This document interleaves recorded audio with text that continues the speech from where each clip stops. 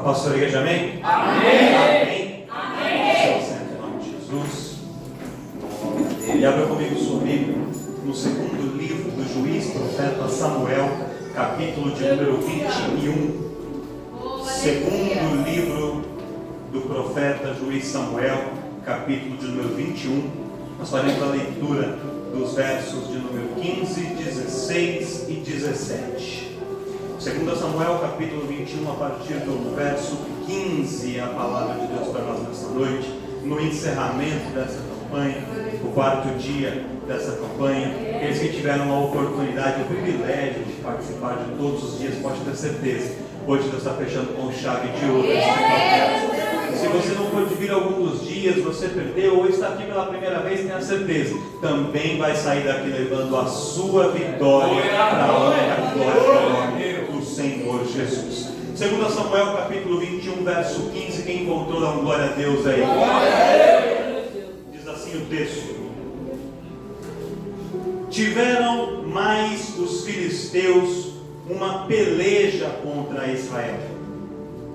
E desceu Davi, e com ele os seus servos, e tanto pelejaram contra os filisteus, que Davi se cansou. E Isbibenob, que era dos filhos dos gigantes, e o peso de cuja lança tinha 300 ciclos de cobre, e que cingia uma espada nova, este intentou ferir Davi. Porém, Abisai, filho de Zeruia, o socorreu, e feriu o filisteu e o matou. E então os homens de Davi lhe juraram, dizendo: nunca mais sairás conosco a peleja, para que não se apague a lâmpada de Israel. Amém. Nós estamos numa campanha que fala sobre se revestir da armadura de Deus. E quando eu pensava, buscava em Deus uma palavra no encerramento dessa campanha, e no encerramento a gente sempre fala sobre gratidão, Deus colocou este texto no meu coração. E o capítulo 21 de 2 Samuel, ele é um capítulo que, se a gente pudesse dar um nome para ele, um título para ele, seria um capítulo de acerto de contas, de ajuste de contas. Porque todos nós sabemos que os dois livros que levam o nome de Samuel, 1 e 2 Samuel, eles retratam um período da história de Israel, em que Israel era governado pelos juízes, e Samuel foi ali o último juiz, um expoente como juiz. E depois que Samuel termina o seu ministério, assume Saul como rei, o primeiro rei de Israel. E o reino de Saul foi uma catástrofe para Israel, mas depois do reino de Saul, vem ali outro rei, que é o rei Davi, o homem segundo o coração de Deus. E Davi faz um reinado que, mesmo com os seus erros, mesmo com as suas falhas, porque Davi, como ser humano, como eu e você, cometia falhas, tinha erros, mas foi um reinado que agradou a Deus e colocou Israel numa posição de uma potência. Israel, sob a liderança, sob o comando de Davi, se destacou. Mas quando a gente vê ao reinado de Saul e alguns dos erros que Saul cometeu durante o período em que ele era rei, a gente vê que esses erros, eles trazem consequências para o povo. E no capítulo 21 fica evidente uma situação como essa. Quando a gente vê o começo do capítulo 21 de 2 Samuel, a gente vê que houve uma grande fome sobre Israel. Um período de fome, uma seca que durou 3 anos. E o povo de Israel sabia que quando havia uma seca e uma fome, era uma disciplina de Deus. Era Deus trazendo uma disciplina sobre o seu povo, porque alguma coisa estava errada.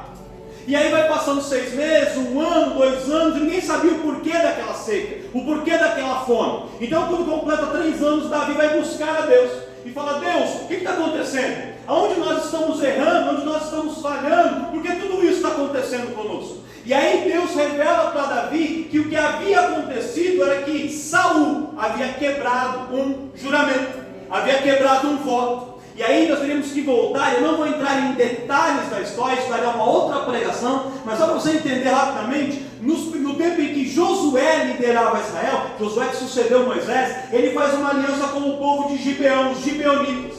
E naquela aliança, naquele acordo que Josué faz com os gibeonitas trabalhavam para Israel, eles eram rachadores de lenha, eles carregavam água, eles ajudavam Israel com os trabalhos braçais, e o povo de Israel protegia os gibeonitas e não os atacava, não tirava a vida de nenhum deles. Quando Saul estava reinando, muito tempo depois que essa aliança havia sido forjada, o Saul então ele tenta matar os gibeonitas. Ele entra numa batalha, numa rusga ali com eles e mata vários do povo de Gibeão. Só que o povo de Gibeão naquele momento era um povo fraco e eles não tinham como se rebelar contra Israel e Saul. Então o que eles fazem? Eles engolem seco, eles aguentam ali, suportam aquela perda, aquela derrota e vão clamar a Deus. Passa-se muito tempo, Saul continua reinando, Saul morre, Davi assume o trono, e depois que Davi começa a reinar, 30 anos depois da morte de Saul, Deus manda essa fome em Israel. Então passou-se 30 anos desde que houve um pecado de Saul quebrando o juramento, para que Deus se manifestasse com justiça para Gibeão. Pastor, eu não estou entendendo. Às vezes, irmãos, tem coisas que acontecem na nossa vida, e a gente é humilhado, a gente passa uma prova, a gente é colocado no vale, na cisterna, é acusado, levantam falsos testemunhos, nos perseguem, e parece que nada vai acontecer, parece que o homem esqueceu, que a mulher esqueceu, e até que Deus esqueceu. Mas Deus me mandou aqui nessa noite para te dizer, Ele não se esqueceu. Há um tempo certo para Ele se levantar e fazer justiça. Às vezes parece que demora, às vezes parece que não vai acontecer nada, mas no tempo determinado, Deus levanta, pega o martelo de juiz e dá sentença de vitória para a igreja, dá sentença de vitória para o povo de Deus. Olha já para um irmão do seu lado, uma irmã, fala assim: Deus não se esqueceu. Vai ter virada, vai ter justiça, vai ter vitória, vai ter ação de Deus.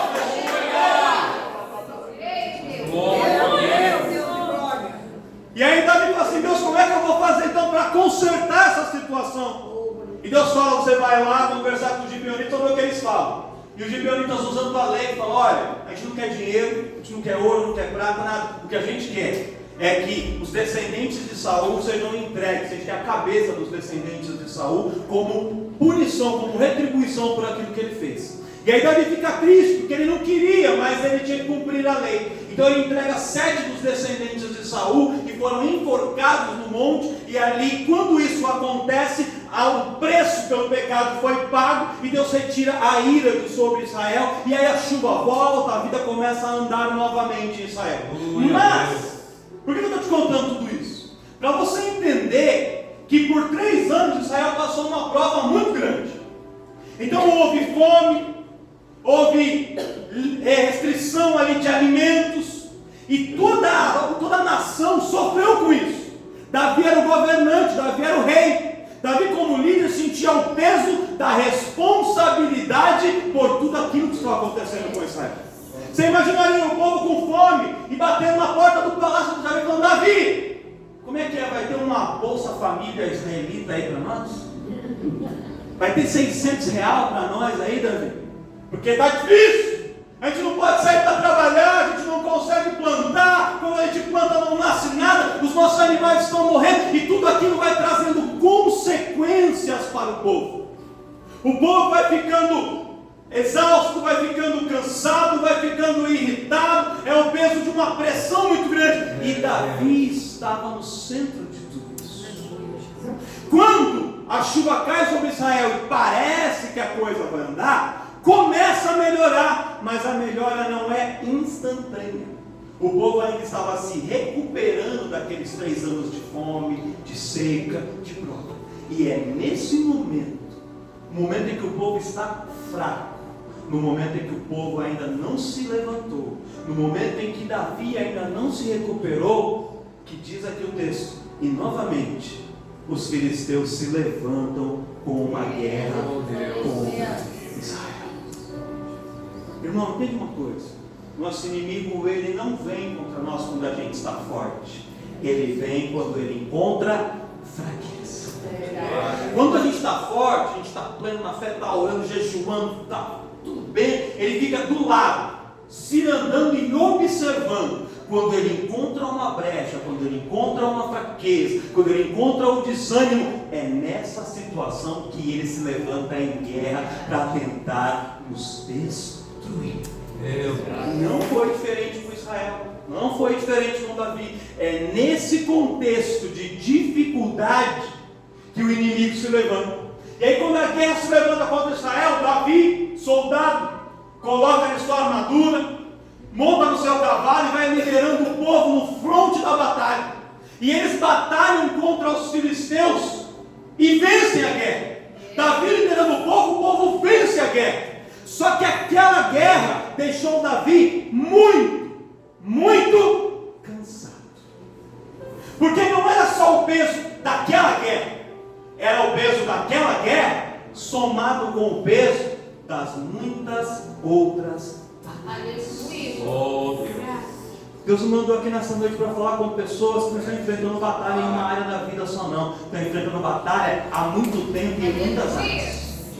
Às vezes parece que vem tudo de uma vez. A porta de emprego que não se abre, é uma enfermidade que bate na porta, e é um problema no meio da família, e aí acontece um outro problema ali, e é dentro do ministério, e as coisas vão acontecendo e você vai ficando cansada, você vai ficando cansado, e você já não sabe mais o que fazer, não encontra mais força. Se você estava assim, entrou assim aqui hoje, Deus te trouxe no lugar certo, porque Ele tem uma resposta, Ele tem uma direção, Ele tem um socorro, Ele tem um escape, Ele tem uma palavra para o seu coração nesta noite. Se você estava fraco, eu profetizo sobre a sua vida. Pode ter entrado fraca, pode ter entrado caída, pode ter entrado prostrado ou abatida, mas Deus está te levantando, Deus está te livrando, Deus está te restaurando, Deus está te renovando. A palavra do Senhor te coloca de pé nesta noite.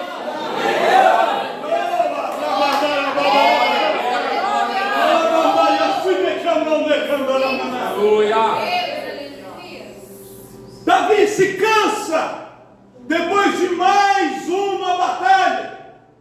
Davi está exausto, mas ele não quer demonstrar para os outros que ele está fraco. Ele não quer que os seus soldados, que os seus homens vejam que ele está abatido. Então o historiador nos conta que Davi faz o quê? Ele se retira do campo de batalha e ele se afasta para um canto isolado. Ele vai para um lugar aonde ele pensava que não estava sendo visto. Ele vai para um lugar distante dos soldados, dos homens, aonde achava que não estava sendo observado. Mas havia alguém observando Davi. Sabe quem? O nome dele é Isbi-Benob, um gigante, descendente da mesma linhagem de que vinha Golias, que Davi havia matado muitos anos atrás. E esse Isbi-Benob não entra na batalha junto com os outros, ele vai lá especialmente por causa de Davi. E ele fica escondido esperando o momento de ter um encontro, um embate com Davi. E aí Isbi-Benob está observando, Davi vai se afastando dos seus soldados, vai para um canto, diz o historiador que ele vai para onde há um rochedo, e ele se encosta ali naquele rochedo, e Davi cansado, já era um homem de idade, sentindo o peso da sua armadura, o peso de toda aquela luta da guerra, ele começa a tirar as peças da sua armadura para poder descansar. Aí vai lá Davi, tira o capacete da salvação e coloca do lado. Ele vai lá, tira os sapatos da preparação do evangelho e coloca do lado. Por que você está falando primeiro do capacete e do sapato, pastor? Quando você chega em casa cansado, alguém senta no sofá de chapéu, de boné, de touca e fica? Não, a gente tira primeiro na cabeça. Depois a gente faz o quê? A gente tira o sapato para poder dar alívio. Davi foi tirando, se sentir aliviado. Aí depois o que ele faz? Ele tira a couraça da justiça, pesado, coloca ali do lado. Aí depois ele pega a espada, coloca ali por cima, o escudo sobre tudo, coloca toda a sua armadura, as suas armas e põe no canto. E nesse momento Davi se sente mais leve, ele não tem mais o peso da armadura, só que se por um lado ele está leve, por outro lado ele está vulnerável. E é nessa hora que o gigante aparece para atacar. Veja, irmãos, enquanto Davi estava com a armadura, o gigante não se levantou contra ele. Mas quando Davi tira a armadura e está afastado do grupo, nesse momento o gigante fala: aqui eu tenho uma possibilidade de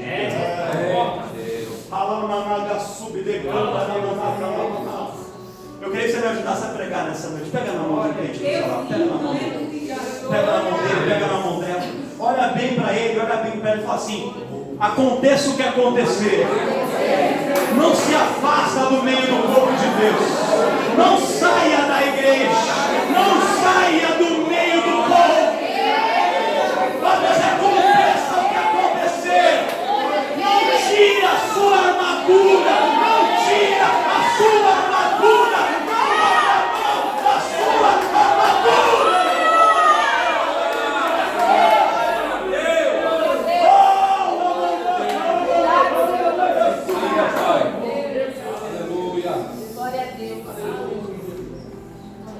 Sabe o que acontece, irmãos? A armadura ela é pesada para carregar todo dia. O capacete da salvação pesa sobre a cabeça. Carregar uma couraça de justiça e tentar sempre agir com justiça no meio de um mundo de injustiças é pesado todo dia. Andar com os sapatos da preparação do Evangelho, onde você tem que ir andando em terreno amigo e em terreno inimigo, pregando a palavra de Deus e anunciando a palavra. Não é fácil, é pesado. Carregar o cinturão da verdade, que prende toda a armadura e deixa a armadura ali, é difícil, porque no meio de um mundo onde as pessoas mentem para puxar o tapete de um e de outro, onde os casais mentem um para o outro, onde pais mentem para filhos, onde filhos mentem para pais, onde os funcionários mentem para o chefe, para o patrão. Aí nesse mundo, nesse contexto complicado, carregar o cinturão da verdade é pesado. E às vezes a gente sente esse peso e dá vontade de tirar. Falar assim: por que só eu tenho que ser justo nesse negócio? Está todo mundo sendo injusto. Vou tirar a couraça da justiça. Eu vou tirar o cinturão da verdade um pouquinho. Deixa eu tirar o sapato da preparação do Evangelho, porque eu estou cansado de pregar a palavra para quem não quer ouvir, para quem não está interessado e não se preocupa com nada. Para que eu vou carregar a espada do Espírito, para ficar sempre ali pregando e sendo espiritual no meio de um mundo que está em 4, 5 dias no carnaval, fazendo o que faz, vivendo da carne, e só eu tenho que ser espiritual o tempo todo? Por que é que eu vou carregar o escudo da fé? Não. Eu estou cansado de esperar. Já fui na igreja, profetizado, nada acontece. Estou cansado de ter fé, estou cansado de esperar. Eu quero ver Deus agir, porque agir agora. Quantas vezes, irmãos, a gente já não esteve cansado de carregar a armadura e pensou em colocar a armadura de canto, pensou em tirar a armadura. Talvez você entrou aqui hoje pensando em tirar as peças da sua armadura, mas se o inimigo plantou esse pensamento na sua mente, Deus manda te dizer: não tira, não abra mão da sua armadura, coloca a tua armadura, porque é essa armadura que garante a tua sobrevivência espiritual.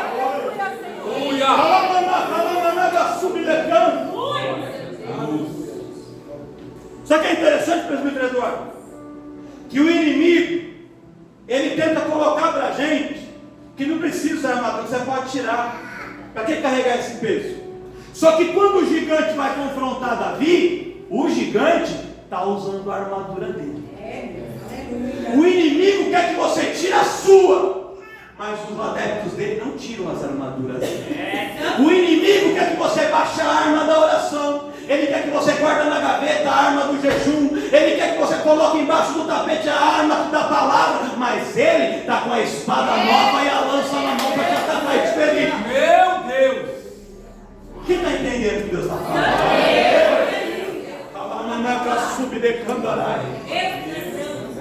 O esbimenor, um gigante, um homem de alta estatura, forte, e armado com uma lança que só a ponta da lança pesava 3 quilos, e ainda tinha uma espada nova, uma espada que nunca tinha sido usada em nenhum combate, e que ele guardava especialmente para ter a oportunidade de ferir Davi. Sabe por quê? Porque o negócio dele era com. Você não entende, né, irmão? Porque naquela empresa, todo mundo faz as coisas erradas, não acontece nada. Mas se você piscar, é sempre você. Aleluia. Todo mundo chega atrasado e tal. No dia que você perde o ônibus, chega 1 minuto lá. Ó, lá vem a madeirada na cabeça. Você não entende porque parece que na família todo mundo faz, pronto, não acontece nada. Mas é você falar uma coisa, aí ó, aí ela, aí ele, e se levantam sempre contra você. Você não entende, não. O gigante do nosso adversário está guardando essa espada, porque o negócio dele é com você. Ele está tentando ir contra você. É uma perseguição pessoal. Por isso Deus te fala nessa noite, não tira a sua armadura, permanece com a armadura, fica no campo de batalha. Ele pode vir contra você. Por um caminho ele vai vir, mas por 7 vai bater em retirada. Porque o Senhor é maior que a tua vida. Alabá, fui ver que o mão levantará na Alamante, olha que o mão levantará na há uma glória de Deus descendo aqui nessa noite. Eu vejo como armaduras postadas aqui, sabe aqueles filmes, aqueles desenhos que a gente via, que tinha uma armadura posicionada naqueles castelos, aquelas armaduras medievais. Eu via como armaduras aqui postadas no canto dessa igreja, e descendo um azeite, um óleo do céu, ungindo essas armaduras, e Deus dizendo assim: tem crente que entrou aqui sem armadura, mas se entrou sem, pode pecar, pode vestir, pode levar. É uma armadura ungida do céu que Deus está entregando na sua vida, né?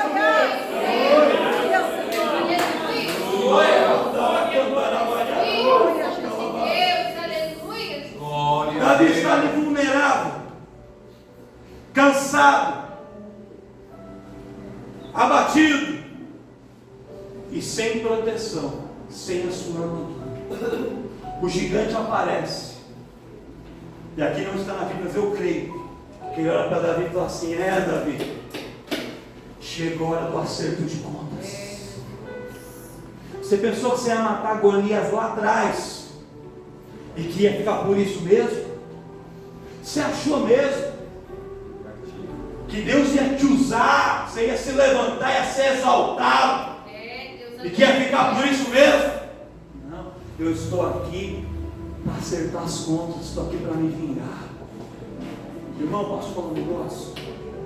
Se você nunca ser atacado pelo inimigo, nunca sofrer nenhum ataque do inimigo, eu tenho um conselho para você: nunca conquiste nenhuma vitória, porque o inimigo não ataca derrotados, ele ataca vencedores. É verdade. Quando você vence, você se coloca numa posição de destaque, e é aí que o inimigo tenta te derrubar.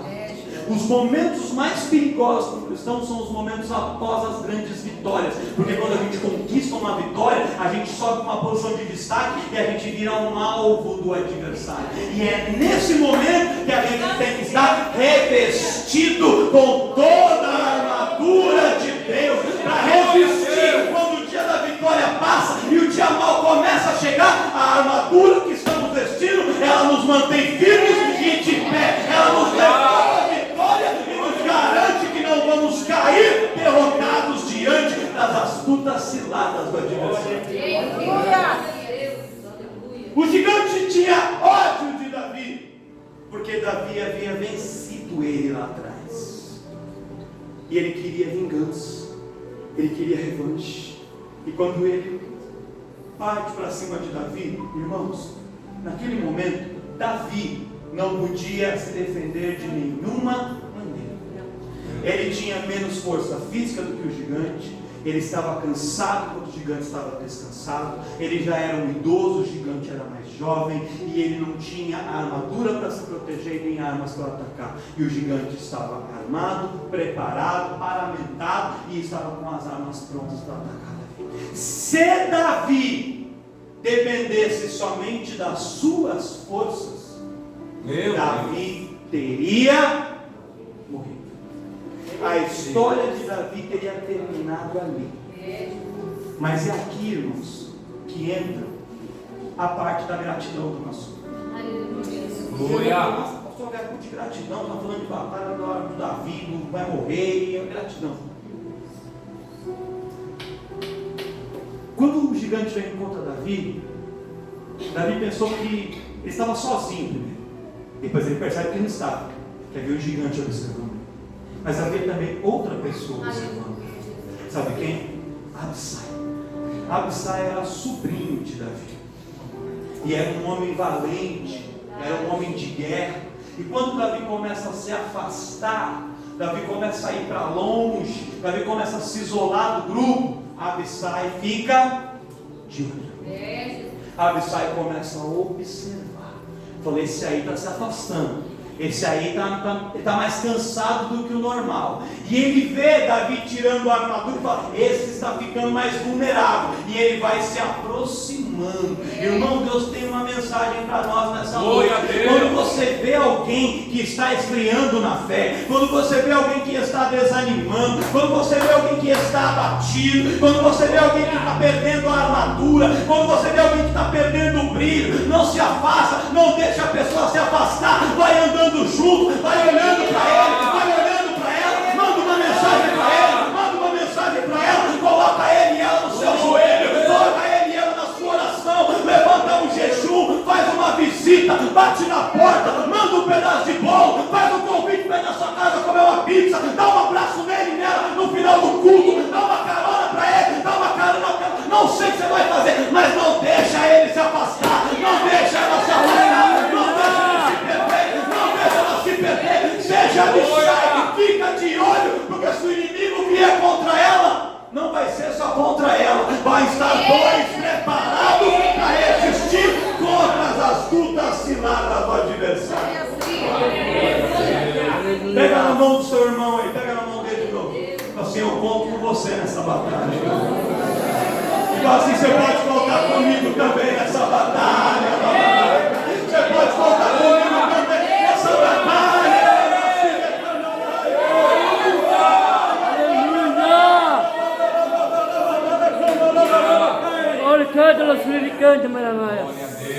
O inimigo trabalha sozinho, o gigante estava sozinho.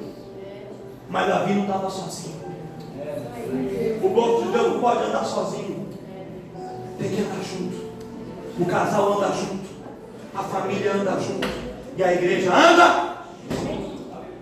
A luta de um jovem da mocidade de Ebenezer é a luta de todos os jovens. A peleja de uma das guerreiras de Cristo é a peleja de todas as guerreiras de Cristo. A prova de um dos varões torre forte, está todos eles na torre forte da vigília olhando ali. Glória a Deus. A batalha, ela tem que ser de todos nós, porque a vitória, quando vier, também será de todos nós. Somos um corpo, irmãos. Abissai ficou de olho. E aí, quando Davi, ele sai vulnerável ao ataque do gigante, Abissai chega e com a sua espada ele corta a cabeça do gigante. Ele derruba o gigante. Ele vence o gigante.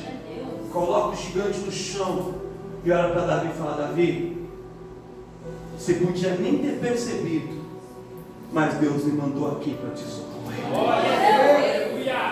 Eu vim aqui a mando de Deus para te socorrer nessa sua batalha, nessa sua vida. E aí, é aqui que entra a gratidão. Sabe por quê, irmãos? Porque todos nós temos em algum momento da vida os nossos momentos de fraqueza, os momentos que a gente cai, os momentos que a gente até está com algumas peças da armadura, mas outras se perdem, está com a armadura completa. E o inimigo começa a encontrar brechas, se levanta contra a minha vida, se levanta contra a saúde da sua família, contra o seu filho, contra a sua empresa, sobre os seus negócios, e ele vem. E nesse momento, quando a gente está sozinho, a gente sofre sozinho, tem grande chance de cair no campo. Mas quando a gente está cercado por soldados de Deus, quando a gente anda junto com soldados de Deus, Deus manda alguém vir nos socorrer. Deus manda alguém para nos ajudar.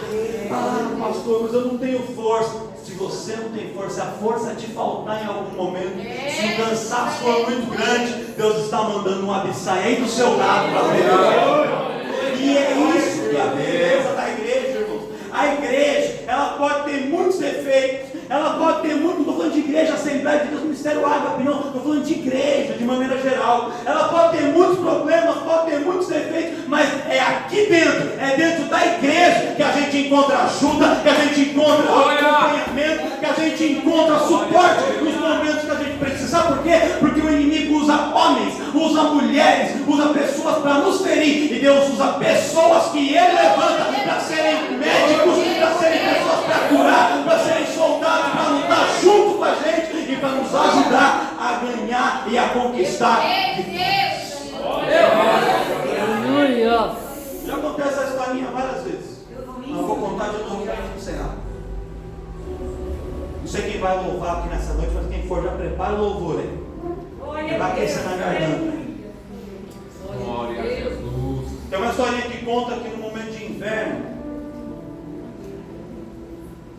uma manada, não é uma manada que fala de porco-espinho, um grupinho lá de porco-espinho, sai correndo.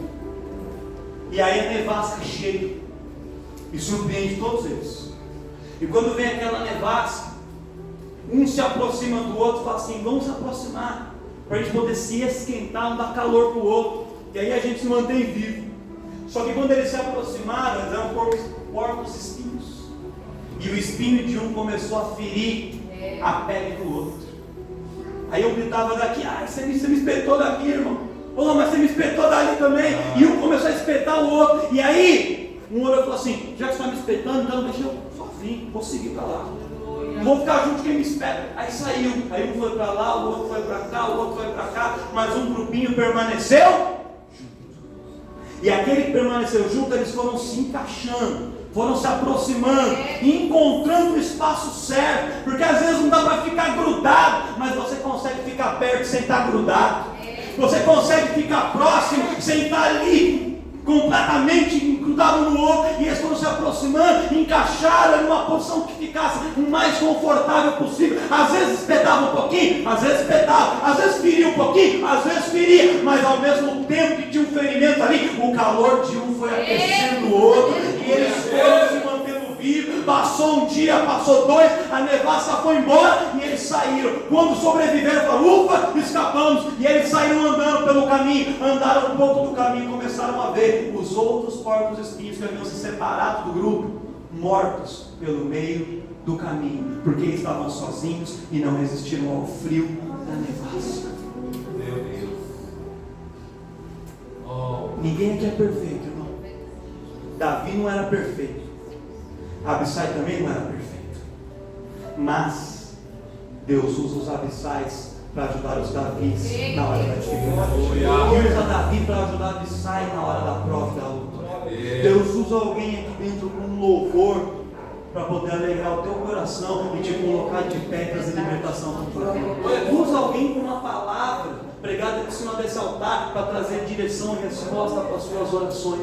Usa um vaso para impor as mãos sobre a sua cabeça, trazer uma revelação diretamente do céu fresquinha para a sua vida e para direcionar os seus passos. Usa alguém, uma intercessora orando para trazer cura para a sua vida. Eu não sei qual é o seu problema, eu não sei qual é a sua luta, mas eu quero te dizer: permaneça junto com o grupo, permaneça no meio do exército, não tira a sua armadura, mas se a armadura se perder por algum motivo, estando com o grupo, Deus vai levantar os abissais que Ele tem, os soldados preparados que Ele tem para te ajudar nesta peleja. E o gigante, ele pode tentar, mas ele não vai triunfar contra a sua vida. Quem acredita nisso, levanta a mão na glória.